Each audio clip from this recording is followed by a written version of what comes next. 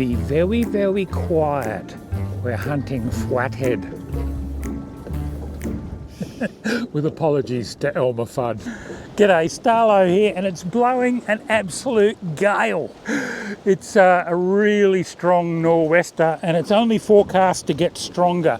But I've shot out for an hour or two because the other day I came out to make a video about the new fish reflections competition that's on in September 2025, and while I was doing it I hooked a big flathead on 3-pound fluorocarbon, fished right through to a shallow running minnow, and it ended in disaster.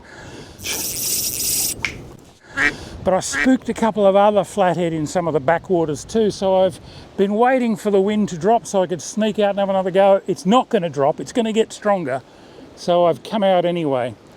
And I'm going to have a go in these shallow waters. I've got two different outfits rigged here.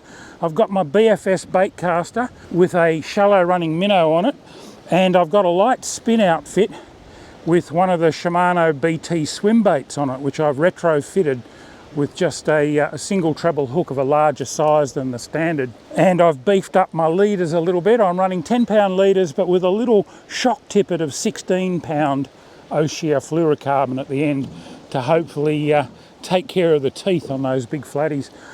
And I've got another little trick up my sleeve that I'm going to try this afternoon. It involves a piece of bamboo. Let's see if it's going to work. All right, I better get in there. I'm headed into one of the many very shallow back bays off my local estuary system. These super skinny areas are often overlooked, but when the water's at its coolest in late winter and early spring, they can be well worth a look. You can see how shallow this one is, even on the half tide, so I need to be as quiet as possible. I've got my sounders turned off. I'm in stealth mode here, and what I'm going to try and do is stake myself in position with this piece of bamboo. Be really nice to have power poles on the back of the boat, but I can't afford stuff like that. So I'm going to try a bit of homegrown innovation, drive this bamboo pole into the mud and hitch a rope around it, and see if that'll hold me in position to work this shallow water.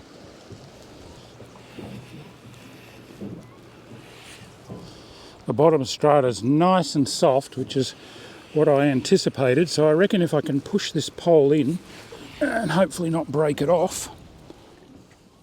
My idea is to drive the pole into the silty bottom and then drop my short bungee style mooring line over it to hold myself in position. Sounds good in theory, I guess we'll see.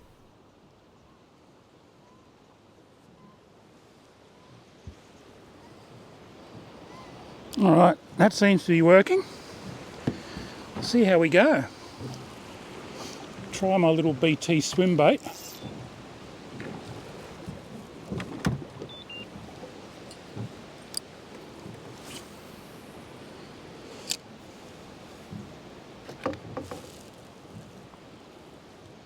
So far so good. The bamboo pole's holding.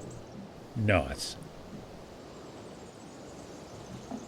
Alright, well there's a little bit of depth here, probably around 90 centimetres, so I actually might try the shallow running minnow through here. Just make sure it's going to swim properly. Looks pretty good.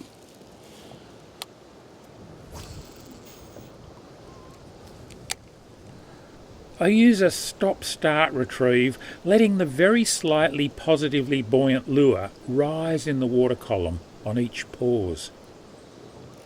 Check that drag too.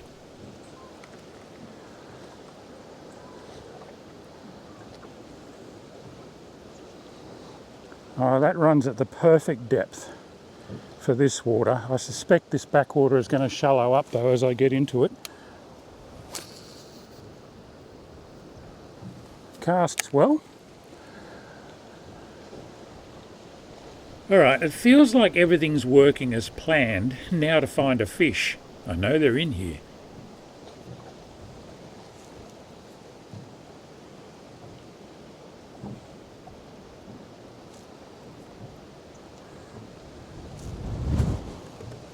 Oh, that wind is strong. Put too much pressure on my my mooring system there.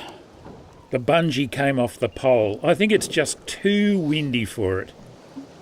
I'll see if I can sneak in a bit further. I might recover my bamboo stake and try without it.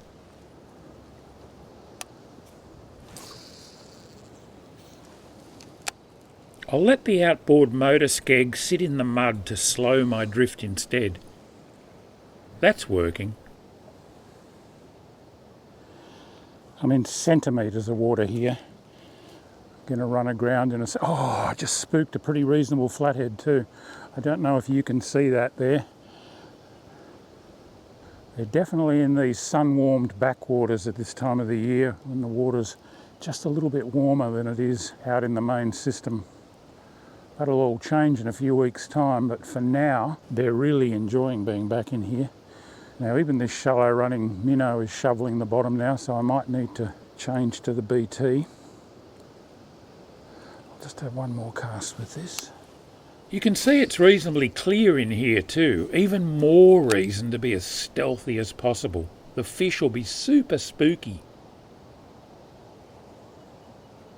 Bit of cloud cover coming through. It's all starting to happen. There's a horrendous forecast out for this evening and tonight. So I don't know how long I've got. Hopefully long enough to find a willing fish or two. All right, that's really shoveling the bottom in there now, so I'm going to put the BT swim bait on. I'll reserve that one for when I find some slightly deeper water.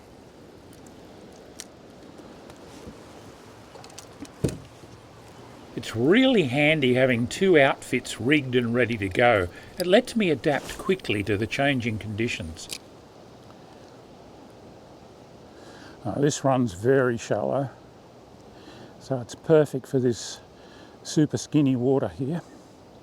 Again, I'm using a stop-start retrieve, although this lure sinks very, very slowly on the pauses.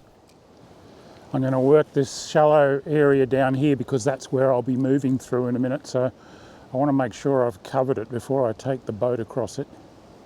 It's all about getting the lure to the fish before they become aware of your presence. That lure is perfect in that shallow water. Try one right up on the edges.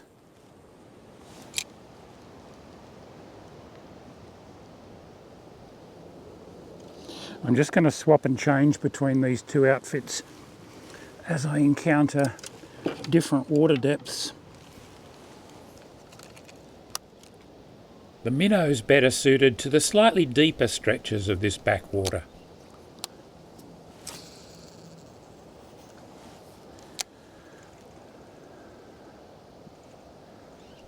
But so far, no action.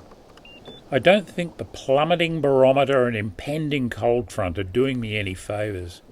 But you've got to give these things a go. Really pays to cover the shallow areas that you know you're going to cross over in the boat well before you get to them with the boat, so you don't spook the fish. So I'm just going to quickly swap back to the swim bait.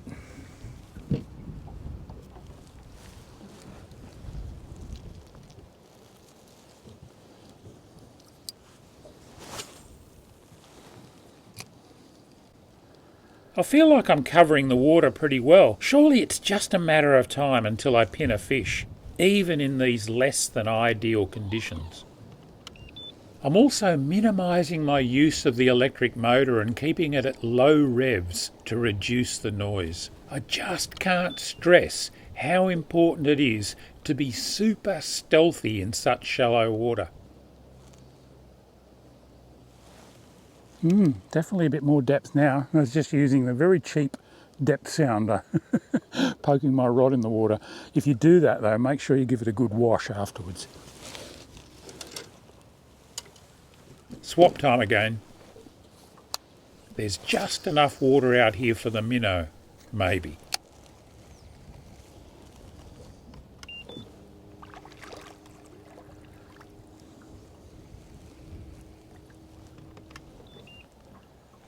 No, it's shoveling the bottom too much. I need to switch back to the swim bait, I reckon.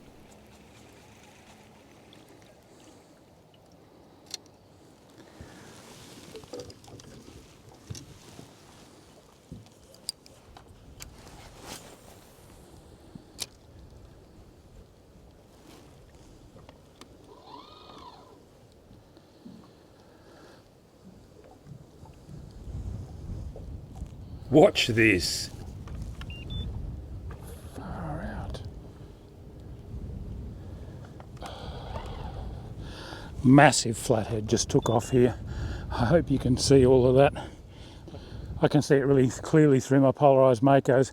I saw that fish. It was a big fish, well over 80 centimetres in length.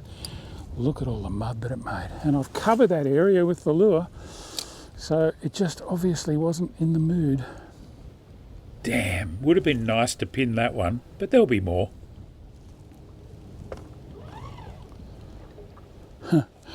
People reckon flathead are dumb, but I tell you what, the big ones are not dumb. And they're no pushover. They definitely reward a bit of stealth and cunning, especially in such shallow water.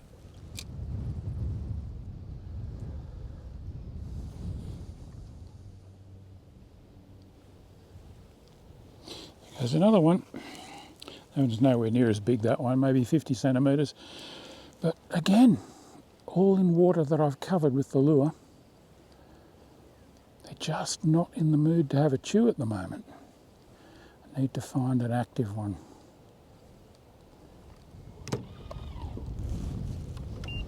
Oh, another one. No way. This is a bit frustrating. I'm seeing them, but just not catching them. Maybe back here at the shallowest end of the bay. I'm starting to run out of options. But I'm certainly not beaten yet. Remember, you're only ever one cast away from turning everything around. Will this be it?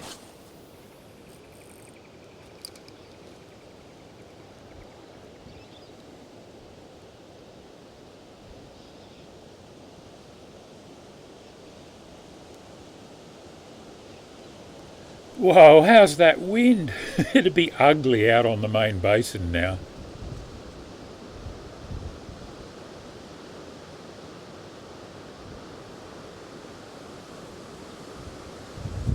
Oh, yes.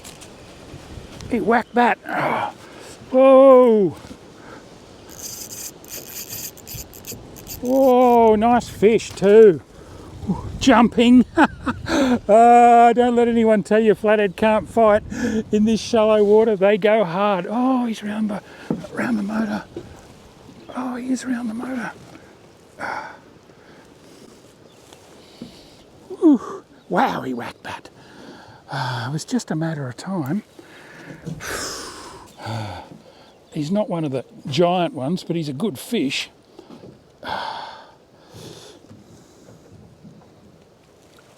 Got him. Oh, all that sneaking and casting in the shallow water has paid off.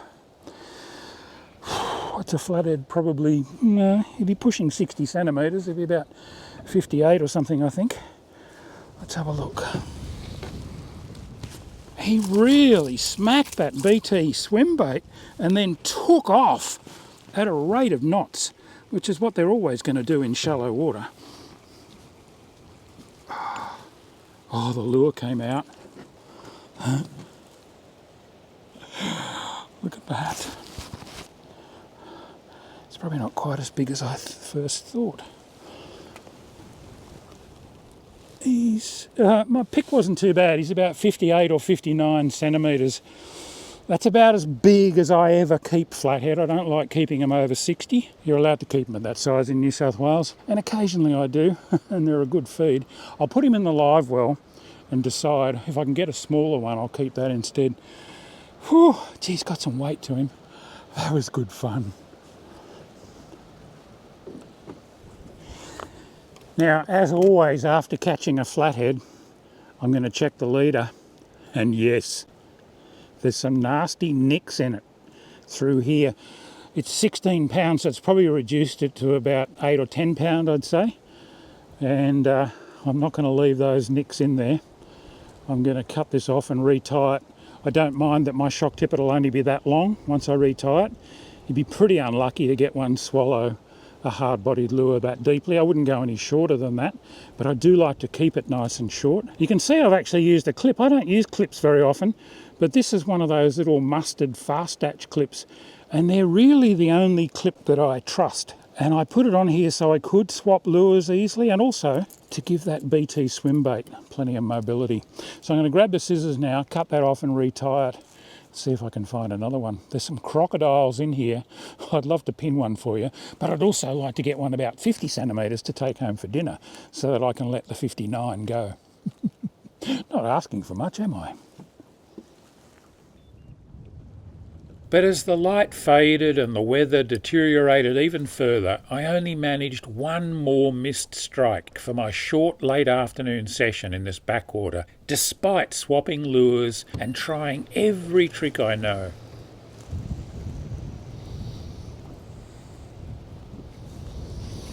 Well, that's about it from me. I don't like the look of this weather that's coming, so I'm going to get off the water. One fish landed, one other hit. Saw quite a few, including a couple of crocodiles. Well worth coming out for an hour or two. Hope you picked up a few clues and ideas from this about sneaking into those backwaters. Make sure you check out that earlier episode that I did on this as well. And until next time, this is Starlo wishing you tight lines. 3 more casts? If you're watching this before the 3rd week of September 2025 and you fish New South Wales waters, be sure to also have a look at that Fish Reflections online competition that I mentioned earlier. I'm really looking forward to competing in it. And I reckon you might also really enjoy these other 2 episodes of mine on chasing flatties and various other estuary targets on lures in shallow water. Cheers for now.